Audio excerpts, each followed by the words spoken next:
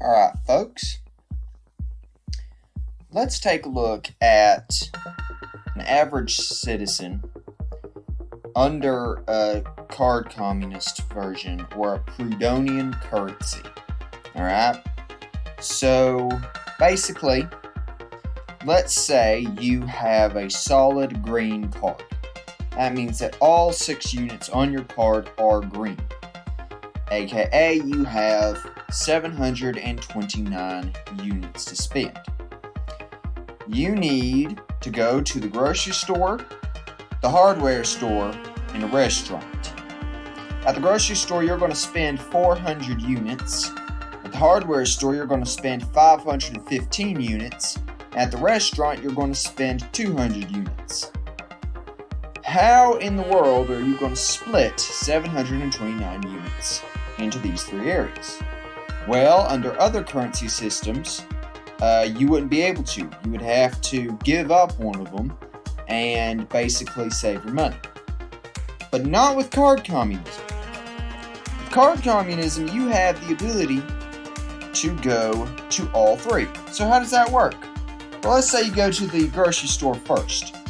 You spend 400 out of your 729 units. That leaves you with 329 units. You go into the hardware store next. And this is where things begin to change. A unique ability of Prodhonian currency shows itself. Your card resets.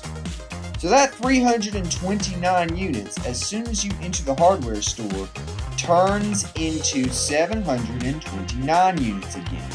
So now, after you spent all your money on groceries, now you can spend it with, you can spend your 515 units. That leaves you with 214 units. Okay, what about the restaurant? Well, it resets again. So now, as soon as you enter the restaurant, now it's 729 units again. You spend 200, and you're left with 529 units. At that point, you basically leave the restaurant, and you got a whole day's worth of work done. You spent your work. So, how does this work? How can you effectively generate pretty much infinite money? And how would we prevent people from exploiting this?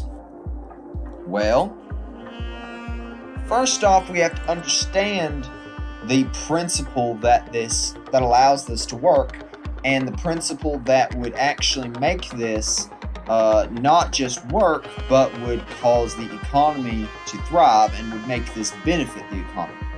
The thing is, in all current economic theories, as the propensity to save drops down to 0, the rate of economic growth approaches infinity. So, if you make it almost impossible for people to save, that means that the whole economy is going to have a near infinite economic growth rate. It is going to skyrocket. Now, it's impossible to truly make it completely impossible to save money. And you wouldn't want to do that. That would be very dystopian.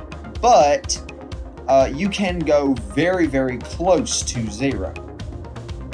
So let's take a look at what an economic model in this system would look like. So let's go back to the green carded person. Alright?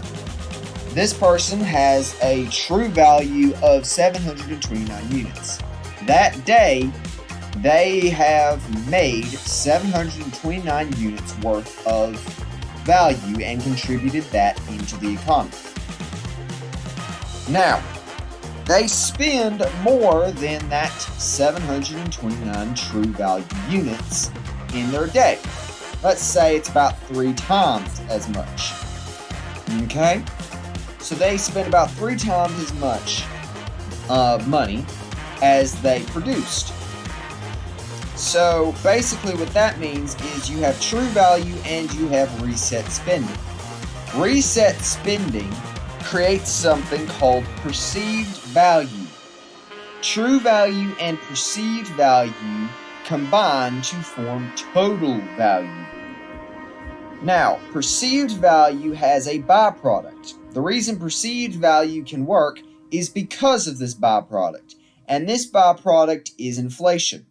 In this case, the inflation is the exact same as the perceived value. The problem with that is that the effect of inflation gets almost completely neutralized by the economic reset rate, which is inherent to Prodhonian currency.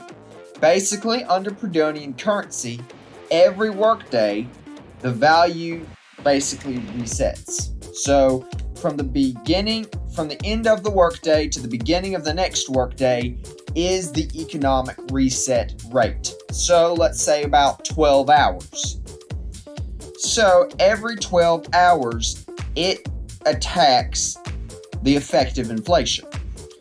So, and inflation acts as more of a negative value. So, once the small amount of inflation that does get through the economic reset rate hits the total value, the lasting total value, aka the value that was produced by one person over a day, is 2,065.5 units. Now, you might be wondering, how does perceived value turn into real lasting total value? Well, it's because perceived value produces true value by proxy. So the whole of society produces the perceived value because it is perceived value. The thing is, the whole concept of value is a human concept. So if people perceive the presence of value, that means that value is real value, even if that real value isn't very well backed up. So perceived value and true value combine, along with these significantly lessened effects of inflation, to produce lasting total value.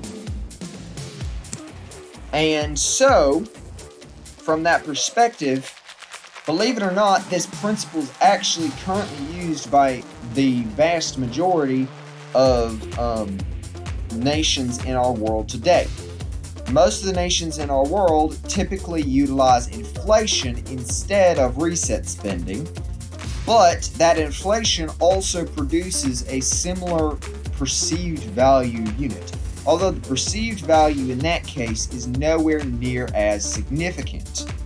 So, in conclusion, Prodhonian currency produces a very high amount of perceived value along with an economic reset rate that makes it so that there is an almost zero propensity to save, thus producing a near infinite economic growth rate. Alright, I hope you liked the video and I hope you learned something. Like, subscribe, and hit the notification bell if you want to support the channel. See y'all.